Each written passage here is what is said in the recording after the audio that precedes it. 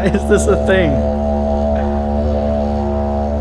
Dude, how good was that? That was really good. For a didgeridoo? Yeah. Oh, dude, my nose is so itchy from the vibrating.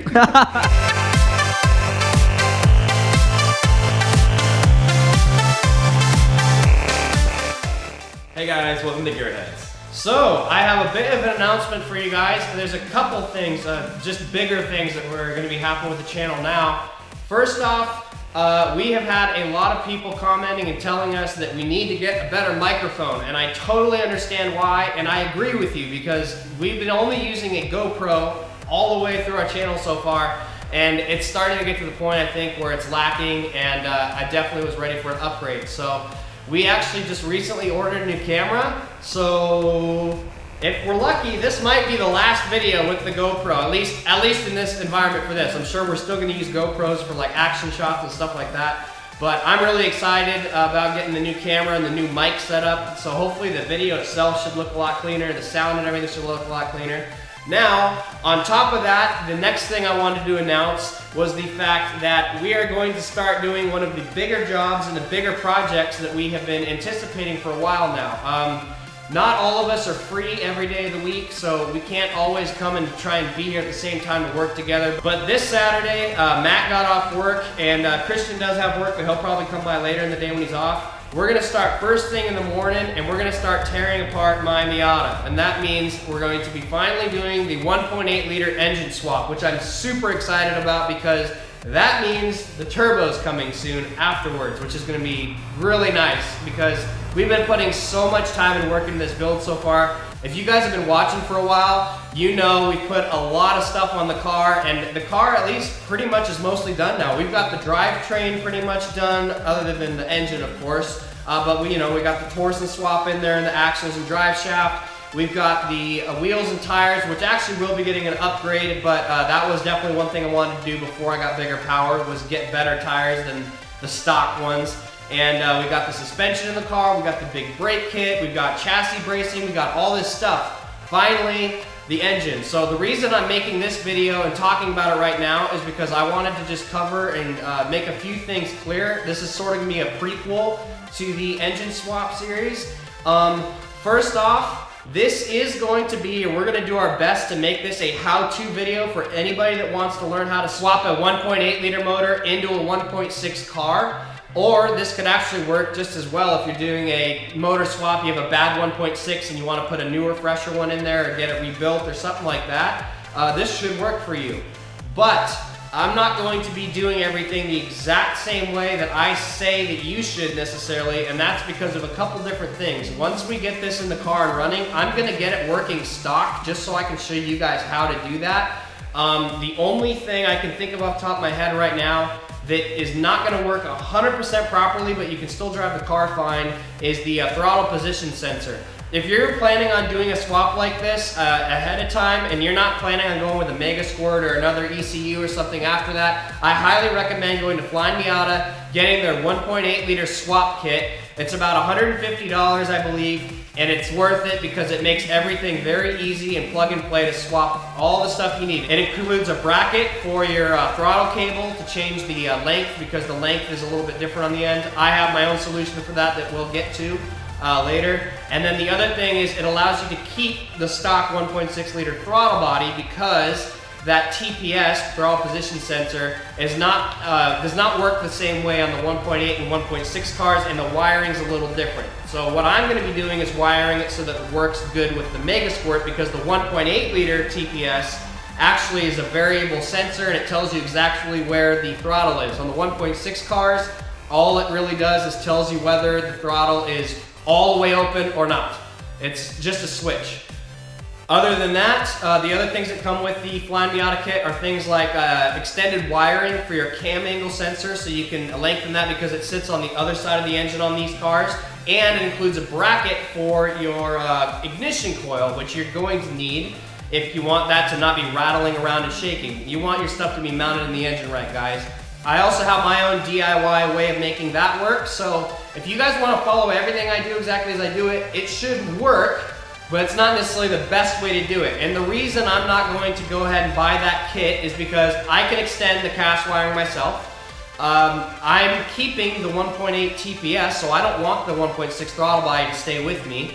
And the ignition coils, I've got a really, simple bracket system that I'm gonna use to work just for a little while. But ultimately, I plan on upgrading to entirely different coils altogether with the turbo build. So, and that'll be a little further down the line. We'll get the turbo in the car, get it all running and stuff first.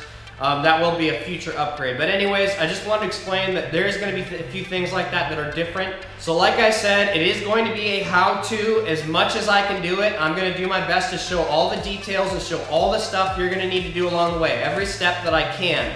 However, please forgive me if there's a couple small things here and there I miss. If you're doing a job this big, you should make sure that you at least have some idea of how things work, how things go together in there, and have enough confidence to take the job on. If you're gonna do all that, I think you'll be just fine. But if you want to learn, follow along, because we're going to be going through a lot of stuff and showing you guys how this thing comes in and out. We're also going to be doing it the method of pulling the engine and transmission together. I know some people do them separately. I don't like doing it that way. It seems to take longer every time I ever have done it that way. And it's very easy to pull the engine and transmission out together if you have a crane. So that's what we're going to do. I think it'll probably only take us 3 or 4 hours to get the engine out, if that. Might be that long because we're videoing. Anyway, I'm excited to get started on it, so let me show you the new engine real fast. Alright guys, so this is a 1.8 liter engine. It's a BPO5 from a 1996 Mazda Miata. And I acquired this one and swapped it into the white car. So if you followed early on the channel, you'll know that we pretty much built that whole car.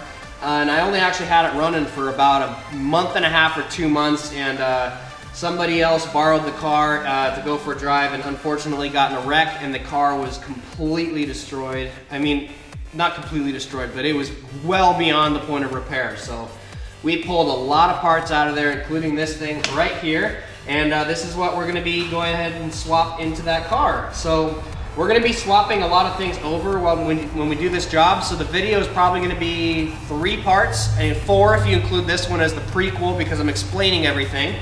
Once we have that one out of the car, we're going to start swapping things here, which I should have done it before, but I just didn't have time. But we're going to swap engine mounts. I have a new damper pulley to go on, the crank pulley up here to go on the front, which should be fun to figure out because I'm not going to use a press or anything. So we'll see if we can get that to work. We're going to be swapping the fuel injectors. We're going to be booting a coolant reroute, which is this awesome hose for that. The coolant reroute is, I know that's something you guys might want to see. I think we'll try and do a video on exactly how to do it already installed in the car. Maybe we can do that on Matt's car in a few months or something.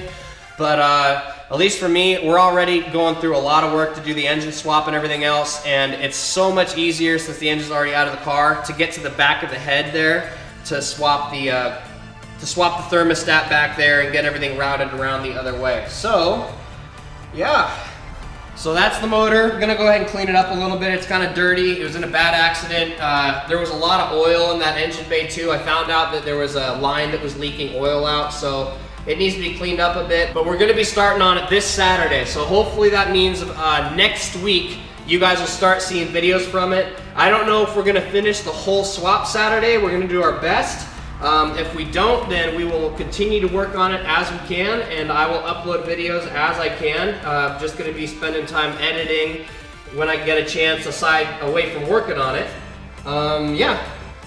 So that will be replacing this 1.6 here, which has about 160,000 miles on it now. It's kind of dirty in there. We'll take some time to clean out the entire engine bay while we're doing this job, but yeah, there's nothing actually wrong with this engine. Just my old car had already had we already swapped a 1.8 in my old car before we did the turbo build. So it made more sense for me just to swap that same 1.8 liter engine back into it. And aside from that, I also have another 1.8 liter engine sitting on the stand over there. That one's blown and needs to be rebuilt. But we'll get to that down the road. I don't have the money for a full build on a motor yet, so. Anyways, if you guys have any questions, I'm making this video ahead of time so you can ask, and also if you want to make comments or tell me specific things you'd like to see, specific things you're curious about or whatever while we're pulling this whole engine and transmission out and putting the other one back in. I know some people had asked us they wanted to see an AC delete. If you want to, watch this. You'll see how the AC comes off. I'll make sure that before we pull the engine out, we pull the air conditioning compressor off, we pull the lines out and everything else, just so you get an idea of how you can delete yours.